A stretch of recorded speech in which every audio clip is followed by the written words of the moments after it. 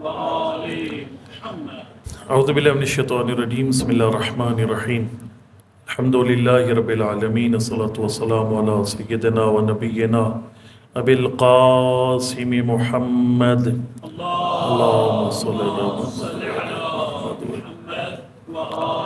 وعلی آل الطیبین الطاہرین المعصومین لا سیما علی بقیت اللہ الاعظم روحی و ارواح العالمین علی تراب مقدمہ الفدا۔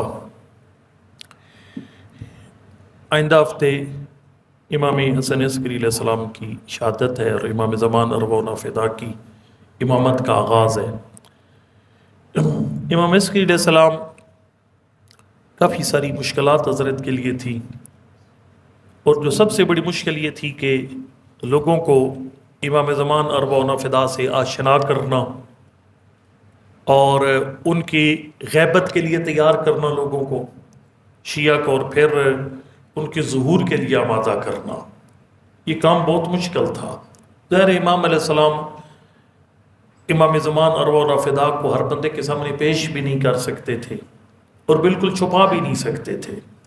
بالکل چھپاتے تو ظاہر ہے لوگوں نے حضرت کی ولادت کا انکار کر دینا تھا۔ اگر آشکارا ہر بندے کے سامنے پیش کرتے تو امام زمان کی جان کو خطرہ تھا۔ یعنی جو 20 سال کے لگ بھگ جو نظر بندی ہے امام عسکری علیہ السلام کی اپنے والد بزرگوار کے ساتھ، اس کی وجہ یہی ہے کہ لوگ جانتے تھے، خود پوچھا گیا تھا مولا سے، مولا آپ کی طویل اس قید کی وجہ کیا ہے؟ سرکار نے فرمایا کہ چونکہ حدیث پیغمبر ہے کہ آخر زمان میں میری نسل سے بیٹا آئے گا، نام میری طرح، کنیت میری طرح، اٹھنا بیٹھنا سب میری طرح ہوگا، اور وہ یہ ہوگا کہ وہ ظلم و ستم کا بستر زمین سے گول کر دے گا۔ تو حضرت فرمائے چونکہ بنو عباس اور بنو امیہ دونوں ستمگر رہے ہیں، اس لیے انہیں اپنی حکومت کے زوال کا یقین ہے، اور یقین بھی اس طریقے سے ہے کہ وہ امام زمان ارواح فدا کے ہاتھوں ہوگا۔ تو فرمایا کہ میرے بیٹے کی ولادت کو روکنے کے لیے انہوں نے یہ قید میں رکھا ہوگا، مجھے قید میں رکھا ہوگا، میرے والد بزرگوار کو قید میں رکھا ہوگا۔ امام علیہ السلام اپنی خاص یعنی اس میں جو حضرت نے جو ایک ٹیکنیک اپنائی کہ خاص لوگوں کو امام زمان سے ملاقات کرواتے تھے، مخصوص لوگوں کو۔ بہت ساری ہیں، یہ مطلب ایک الگ موضوع ہے، اور بڑی ہی لطیف ملاقاتیں امام زمان ارواح فدا کے ساتھ جو حضرت کرواتے تھے، اور بڑی ہی اس کے اندر یعنی علمی نکات ہیں کہ جو مختلف لوگ ملاقات کرتے تھے امام زمان ارواح فدا سے۔ ایک جیسے مثلا میرے سامنے بھی وہ روایت ہے کہ جس میں احمد ابن اسحاق قمی جو ہے اس نے پوچھا تھا، مولا آپ کے بعد ہمارا وارث کون ہے، کون آپ کے بعد آپ کا وصی کون ہے؟ حضرت نے وہاں مطلب طویل حدیث ہے لیکن اس کا ایک حصہ یہ ہے، ان اللہ منذ خلق آدم لم یخل الارض ولا یخلی الا ان تقوم سامن حجت للہ۔ فرمایا اللہ نے جب سے حضرت آدم علیہ السلام کو خلق فرمایا اور پھر قیامت تک اللہ کی ذات کبھی بھی نہ زمین کو حجت خدا سے خالی چھوڑا، نہ قیامت تک حجت خدا سے زمین کو خالی چھوڑے گی۔ ایک سوال بھی ہوتا ہے بھئی غائب امام کا فائدہ کیا ہے؟ حضرت نے فرمایا بہی ینزل الغیث ویخرج برکات الارض۔ سرکار فرماتے ہیں کہ جو زمین اپنی برکات جو اللہ نکالتا ہے زمین سے، یہ کھیتی، یہ پھل، یہ سبزیاں، یہ معدنیات نکلتے ہیں، فرمایا یہ بھی اسی کا صدقہ ہے۔ وَبِهِ يُنَزِّلُ الْغَيْثَ، جو اللہ بارش برساتا ہے وہ بھی امام زمان کا صدقہ ہے۔ لہذا اس وقت جو میں آپ سانس لے رہے ہیں، یہ جو کائنات اپنے مقام پر باقی ہے، تو یہ خود امام زمان کے ہونے کا ایک فائدہ یہ ہے کہ کائنات باقی اس لیے ہے چونکہ وہ موجود ہے۔ جیسے میں ایک مثال بہت دیتا ہوتا ہوں کہ آپ ایک درخت لگاتے ہیں، سیب کا، پپیتا، کوئی درخت اپنے گھر میں لگاتے ہیں، اس کو آپ کھاد ڈالتے ہیں، پانی ڈالتے ہیں، اس کے ارد گرد چھوٹی چھوٹی گھاس نکل آتی ہے۔ تو آپ جب اپنے درخت کو پانی دیتے تو گھاس کو اس کی وجہ سے ملتی ہے، کھاد اس کی وجہ سے ملتی ہے۔ اصل میں کھاد پانی سب آپ اپنے درخت کو دے رہے ہیں۔ تو آیت اللہ مکارم کی بہت اچھی کتاب ہے، وہ فرماتے ہیں کہ امام زمان وہ درخت ہے، باقی ساری کائنات گھاس کی حیثیت رکھتی ہے۔ یعنی جس طرح ہم کھاد پانی اپنے درخت کو ڈالتے ہیں، خالق جو نعمت بھیجتا ہے، سورج طلوع ہوتا ہے، دن آتا ہے، رات آتی ہے، چاند نکلتا ہے، جو بھی سب کچھ جو امام زمان اروانا فدا کا صدقہ لولا حجت لساقت الارض باہلہا، اگر حجت خدا کے لمحے کے لیے نہ ہو زمین اپنے اہل کو نگل کر برباد ہو جائے۔ بقائے نظام کائنات کے امام زمان اروانا فدا کے ہونے کا صدقہ ہے، اور اس کو اندر سے محسوس کریں، یعنی یہ جو سانسیں ہیں میری اور آپ کی، یہ بھی امام زمان کا صدقہ ہے۔ رگوں میں دوڑنے والا خون امام زمان کا صدقہ، وہ جمعے کے خطبوں میں آپ سنتے رہتے ہوئے یمنہ ہی روز کلوارا، اللہ جسے جو ظاہری نعمت دے، مادی مانوی روحانی نعمتیں، ساری نعمتیں، لیکن ہم نعمتیں خالی بچوں کو سمجھتے ہیں، پیسے کو نعمت سمجھتے ہیں، گھر نعمت سمجھتے ہیں، یہ ہیں نعمتیں، لیکن یہ نعمتیں آنکھوں سے دکھائی دیتی، کچھ مانوی نعمتیں ہیں۔ محبت البیت مانوی نعمت ہے، معرفت امام مانوی نعمت ہے، نہ دکھائی دینے والی۔ کربلا جانے کی توفیق، ایک توفیق اوورال کسی نیکی کی توفیق، وہ مانوی نعمت ہے۔ فرمائے خالق جو نعمت جس کو دیتا ہے وہ حجت خدا کے صدقے میں دیتا ہے۔ لہذا امام علیہ السلام جو ہے وہ تعارف کرواتے تھے، ابو ظریف کو ملوایا، کئی بندوں کو ملوایا، لیکن فرمایا کہ یہ راز رکھنا، آگے کسی کے سامنے سے بیان نہ کرنا۔ یہ ایک چیز تھی۔ دوسرا یہ تھا کہ امام زمان اروانا فدا کی زمان غیبت کے اندر ایک متبادل نظام ہدایت کا انتظام وہ امام علیہ السلام نے کر دیا تھا، یعنی امام علی نقی علیہ السلام کے دور سے ایک وکالت کا سلسلہ شروع تھا، یعنی ائمہ کے وکیل مطلق غیر معصوم لوگ ائمہ کے وکیل مطلق ہوا کرتے تھے۔ جیسے وہ زیاد نامی شخص ہے کہ جو امام علیہ السلام کے پیغامات جو ہے وہ گھی کے جو بڑے پیکے ہوتے تھے، یعنی جو بڑے برتن ان کے نیچے چھپا کر امام کے پیغام مختلف جگہ پر شفٹ کیا کرتے تھے۔ تو ایک وکلاء کا پورا سلسلہ تھا۔ یہ احمد ابن اسحاق قمی، جس نے امام علیہ السلام سے حضرت کے وسیع کے بارے میں پوچھا، یہ خود امام علیہ السلام کے قوم کے اندر فل پاور، فل اتھارٹی رکھنے والے وکلاء میں سے ہیں۔ تو حضرت نے غیر معصوم لوگوں کی طرف رجوع کروانا شروع کر دیا تھا، چونکہ امام علیہ السلام جانتے تھے کہ زمانے غیبت میں ہدایت لینے کے لیے سوائے مراجع کے کوئی اور سسٹم موجود نہیں ہے۔ اور ایک صاف صاف کہہ بھی دیا، اما من کان من الفقهاء سائنا للفظ مطیعا لامر مولا مخالفا لهوى حافظا لدین فللعوام یقلدوا۔ جس عالم دین میں زمانے غیبت میں فقہاء میں یہ خصوصیات ہیں، فرمایا عوام کے پاس ان کی تقلید کے علاوہ کوئی چارہ کار نہیں ہے۔ اور یہ دیکھیں نا، یہ نظام تقلید ائمہ علیہ السلام کا دیا ہوا نظام ہے۔ اور مجھے مطلب ابھی آپ سوشل میڈیا آپ دیکھتے رہتے ہیں، اس میں بعض بندے سوال بھی اٹھاتے ہیں کہ ہم غیر معصوم کی طرف رجوع کیوں کریں، آپ کے پاس راستہ ہی کوئی نہیں ہے، کدھر جائیں گے؟ یہ ہم تو زمانے غیبت میں کہتے ہیں نا کہ امام عسکری علیہ السلام فرما رہے ہیں کہ فقہاء کی طرف رجوع کرو۔ ہمارے پاس مثالیں موجود ہیں جہاں ائمہ علیہ السلام نے زمانے حضور میں اپنے یعنی معاشرے میں موجود ہوتے ہوئے بھی غیر معصوم راویوں کی طرف رجوع کا حکم دیا ہے۔ وہ جیسے ادھر کوفہ سے لوگ گئے تھے امام صادق علیہ السلام سے مسئلے پوچھنے، تو حضرت نے فرمایا کدھر سے آئے ہو؟ انہوں نے عرض کیا کہ مولا ہم کوفہ سے ہیں۔ فرمایا کوفہ کے اندر ابان ابن تغلب موجود تھا، تو میرے پاس کیا لینے آئے؟ انہوں نے کہا مولا ہم آپ سے پوچھنا چاہتے ہیں دین۔ سرکار نے فرمایا جو جواب ابان ابن تغلب کا ہے وہی جواب جعفر صادق کا ہے۔ اور ابان کو فرماتے یا ابان انی احب ان ارا مثلک یفتی، ابان تجھ جیسا بند جب فتوے دیتا ہے تو جعفر صادق خوش ہوتے ہیں۔ یعنی ائمہ نے زمانے حضور میں رجوع کروایا غیر معصوم جو شاگردان کی طرف۔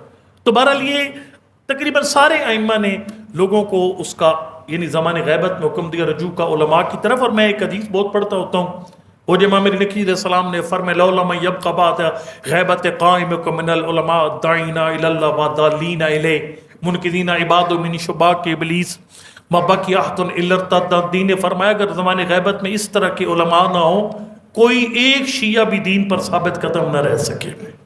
تو یہ دوسرا کام تھا امام علیہ السلام کا، یعنی امام زمان غیبت کے اعتبار سے کہ حضرت نے یعنی مراجع کا تعارف کروایا، علماء کی طرف رجوع کا حکم دیا زمانے غیبت میں۔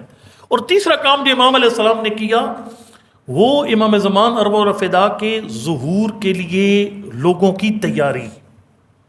عام طور پر امام زمانہ کے بارے میں نہیں پڑھا جاتا، جو پڑھا جاتا ہے بہت بڑی چھلانگ لگے تو حضرت کے کچھ فضائل پڑھ دیے جائیں گے، کچھ جو علامات ظہور بتا دی جائیں گی کہ 5 حتمی علامتیں، باقی غیر حتمی علامتیں، لیکن شرائط ظہور نہیں بیان کی جاتی عام طور پر۔ ایک علامات ظہور ہے، نشانیاں ظہور کی، جن کا مطلب ہے ابھی ظہور دور ہے یا قریب ہے۔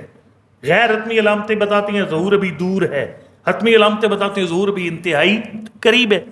لیکن جو حضرت کی ظہور کی شرائط کیا ہے، دیکھیں نا، وقت کا داخل ہونا یہ علامت ہے، نماز کی نشانی ہے کہ نماز کا ٹائم ہو گیا، نماز آپ پہ واجب ہو گئی ہے۔ لیکن وضو کرنا یہ نماز کی شرط ہے۔ آپ نماز وضو کریں گے تو تب آپ کی نماز ادا، وغیرہ نماز ادا نہیں کر سکتے آپ۔ لباس کا پاک ہونا، بدن کا پاک ہونا، کپڑوں کا پاک ہونا، یہ شرائط ہے نماز میں سے۔ شرائط ظہور کیا ہے؟ اس میں 3 شرطیں ہیں۔ ایک امام معصوم کا ہونا وہ ہے، پھر امام معصوم کے پاس ایک اچھا پروگرام وہ موجود ہے، ان الدین عند اللہ الاسلام، وہ نظام بھی زبردست ہے، پروگرام عالی شان ہے۔ تیسرا جو شرط ظہور ہے وہ ساتھیوں کی فراہمی ہے، انصار کا ہونا، یہ کمی ہے، یہ موجود کوئی نہیں ہے، چونکہ امام کے انصار موجود نہیں ہے، ہمارے دن انصار کی شرائط موجود نہیں ہے۔ اس لیے امام عسکری علیہ السلام بڑا اہتمام کرتے تھے کہ اپنے اصحاب کے درمیان امام زمان ارواح فدا کے سپاہیوں کے اوصاف بیان کیا کرتے تھے۔ ایک حدیث میں جلدی سے پڑھوں گا اور آپ نے کوشش یہ کرنی ہے، میرا تو ویسے فریضہ ہی ختم ہو جائے گا جب میں آپ کے کانوں تک آواز پہنچا دوں گا، لیکن کوشش کرنی ہے کہ اپنا اپنا ہر بندہ محاسبہ کرے کہ یہ جو شرائط امام کی سپاہیوں کا اوصاف ہے، میرے اندر یہ اوصاف پائے جاتے ہیں یا نہیں پائے جاتے۔ وہ یعنی دیکھیں نا، شیخ صاحب فرماتے ہوتے ہیں سب سے آسان کام ہے کچھ نہ کرنا، سب سے مشکل کام ہے کچھ کرنا۔ انسان کرنے پہ آ جائے، اس کے سامنے پہاڑ نہیں ٹھہر سکتے، وہ ٹنل نکال دیتا ہے، پہاڑوں کے درمیان سے دریا ملا دیتے ہیں آپس میں۔ نہ کرنے پہ آئے تو چمٹکا اٹھا کر وہاں نہیں رکھ سکتا۔ جتنے بھی یقین جانیے اخلاقی اور تربیتی امور ہیں، سب کا اختتام آپ کے عزم پر ہے، آپ کی ویل پاور کتنی ہے، کتنا عزم ہے آپ کا۔ لہٰذا یہ آپ اپنا حساب آپ نے لگانا ہے، میں اپنا حساب کرتا ہوں۔ سرکار سے پوچھے کہ مولا چونکہ ظہور کی شرط ہے انصار کو نا، تو انصار امام کی اوصاف کے میں جلدی سے پڑھتا ہوں۔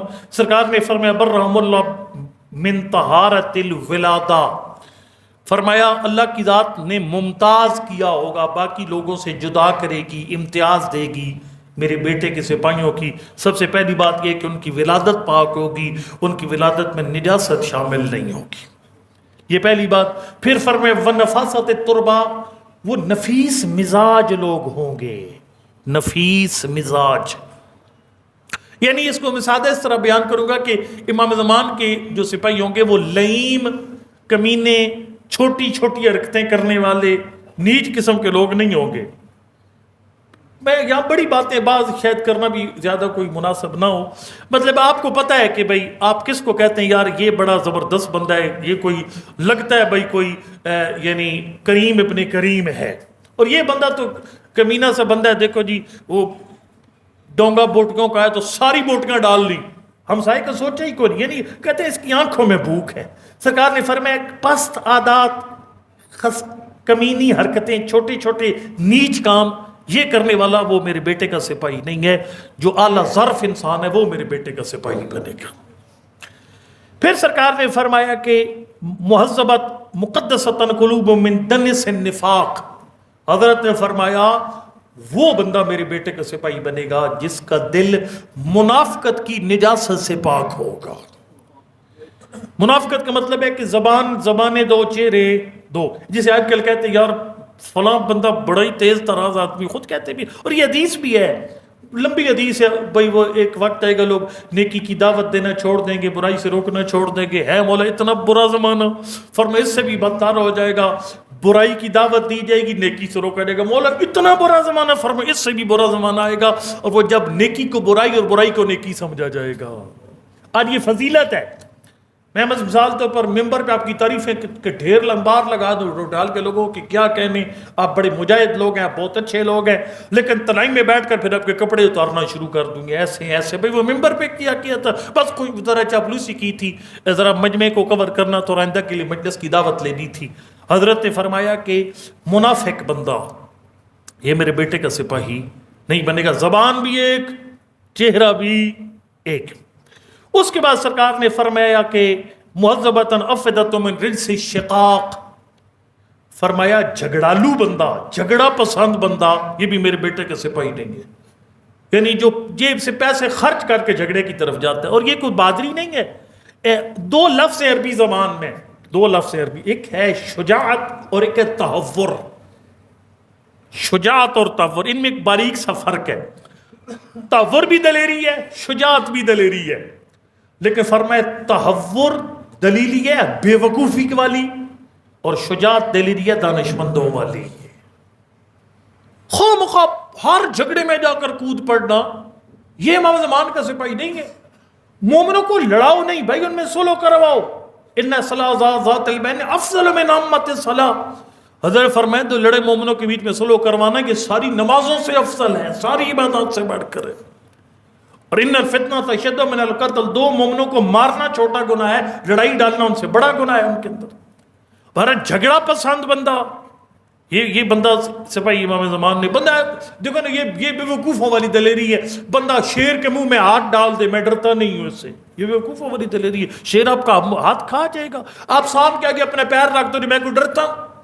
اس تاور کہتے ہیں وہ دلیری جو حماقت کے ساتھ ہو، لیکن فرمایا دلیری وہ جو دانش مندی کے ساتھ ہو. اس ساتویں امام نے فرمایا عقل مند بندہ جھگڑے سے دور بھاگتا ہے، کودتا نہیں ہے جھگڑے کے اندر. بہرحال جی جو بندے جھگڑالو مزاج ہیں، لگائی بجائی جن کو بہت شوق ہے بھئی اس کی بات اس کو، اس کی بات اس کو بتائی تاکہ ایک خوب جو ہے وہ کم تپ جائے. اور ماشاءاللہ ہماری خواتین اس میں ایکسپرٹ ہیں الحمدللہ، اور پھر مرد بھی ماشاءاللہ کسی سے پیچھے کوئی نہیں ہے.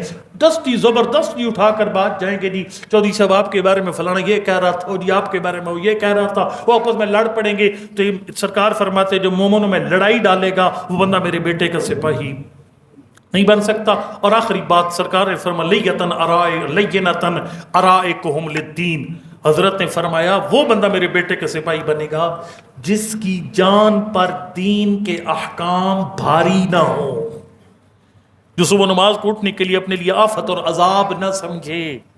وہ جناب سیدہ کا کتنا پیارا جملہ ہے. خمس ہم نکال دیتے ہیں لیکن بڑے دل پہ پتھر رکھ کر بعد لینا خستہ نکالتے ہیں جو نکالتے ہیں. لیکن یہ کہ جناب سیدہ فرمائے مجھے تین کام پسند ہے تمہاری دنیا میں سے پسند ہیں. یعنی یہ زبردستی نہیں کرتی تھی بی بی. ایک تھا الانفاق فی سبیل اللہ، رائے خدا میں خرچ کرنا، یہ جناب سیدہ خوش ہو کر کرتی تھی. ٹھیک ہے، لہذا جب دین کے احکام کو روح خوش ہو کر قبول کرے گی اس کا مطلب ہے ظہور امام کی تیاری ہو چکی ہے. اگر احکام وزنی لگتے ہیں، ابھی ربیع الاول آ رہے ہیں نا، معافی چاہتا ہوں، امید آپ میری بات سے ناراض ہی ہوں گے. اب ظاہر ہے بے اختیار ہیں مرد، زیادہ تر یہ شادیوں بیاہ کے یہ رسم و رواج یہ خواتین کے ہاتھ میں، اور اللہ معاف کرے بڑے بڑے دیندار بندوں کے دین کا چوکا چاہیا جاتا ہے. جب شادی آتی ہے کوئی اختیار نہیں ہے، بالکل خاموش تماشائی بن کے بیٹھنا پڑتا ہے. حلال حرام سارا کچھ ہوتا ہے شادیوں میں، ناچ گانا محرم نہ محرم مکس سب کچھ ہوتا ہے. اور اگر کہا جائے کہ اب تو ماشاءاللہ نمازی ہیں، علماء کے ساتھ بیٹھنے والے ہیں، وہ جی کیا کریں جی دنیا کو بھی ساتھ لے کر چلیں، یہ بڑا مشکل ہے بندہ یعنی شادی اہل محمد کے طریقے پر کرے. سرکار فرماتے ہیں جب اگر تمہارے ہمارے دین کے احکام مشکل لگے سمجھ تو ظہور امام کے لیے تیار نہیں ہے، اور دین کے کام وزنی نہیں ہے سمجھ ظہور امام کے لیے تیار ہے. اس کا سادہ طریقہ یہ ہے کہ دیکھو نا زمیندار بھی بیٹھے ہیں ماشاءاللہ، جو زمین وریال ہو جاتی ہے نا، جس کو پنجابی میں وریال کہتے ہیں، دراز سے حل نہ چلایا گیا اس میں حل نہیں چلتا. پہلی دفعہ مشکل، دوسری دفعہ قدر آسان، تیسری دفعہ اور آسان، چوتھی دفعہ ایک دفعہ آتا ہے کہ بالکل زمین تیار ہو جاتی ہے، حل روانی سے اس میں چل جاتا ہے. ہماری جانیں باغی ہیں دین کے احکام سے. امام زمان کے ظہور کی تحریک آتی بنائیے اپنی جانوں کو احکام دین کا. کیا مطلب؟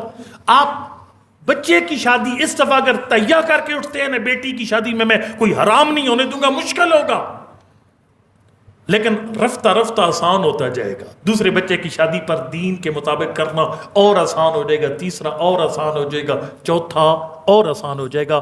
بچوں کے لیے فجر کی نماز کے لیے اٹھنا مشکل ہے لیکن زبردستی کر کے اٹھیں گے، جس طرح حال مشکل سے چلتی ہے پہلے دن. تو آپ دین کے احکام جتنے زیادہ اپنے اوپر نافذ کرتے جائیں گے اتنا زیادہ ان کو مطلب ہے وہ سال ہوتے جائیں گے، اور جیسے جیسے دین کے احکام کے ساتھ جان انسان کی میچ ہوتی جائے گی، ظہور امام کی تیاری ہوتی جائے گی. خالق کائنات ہم سب کو یہ اوصاف اپنے اندر پیدا کرنے کی توفیق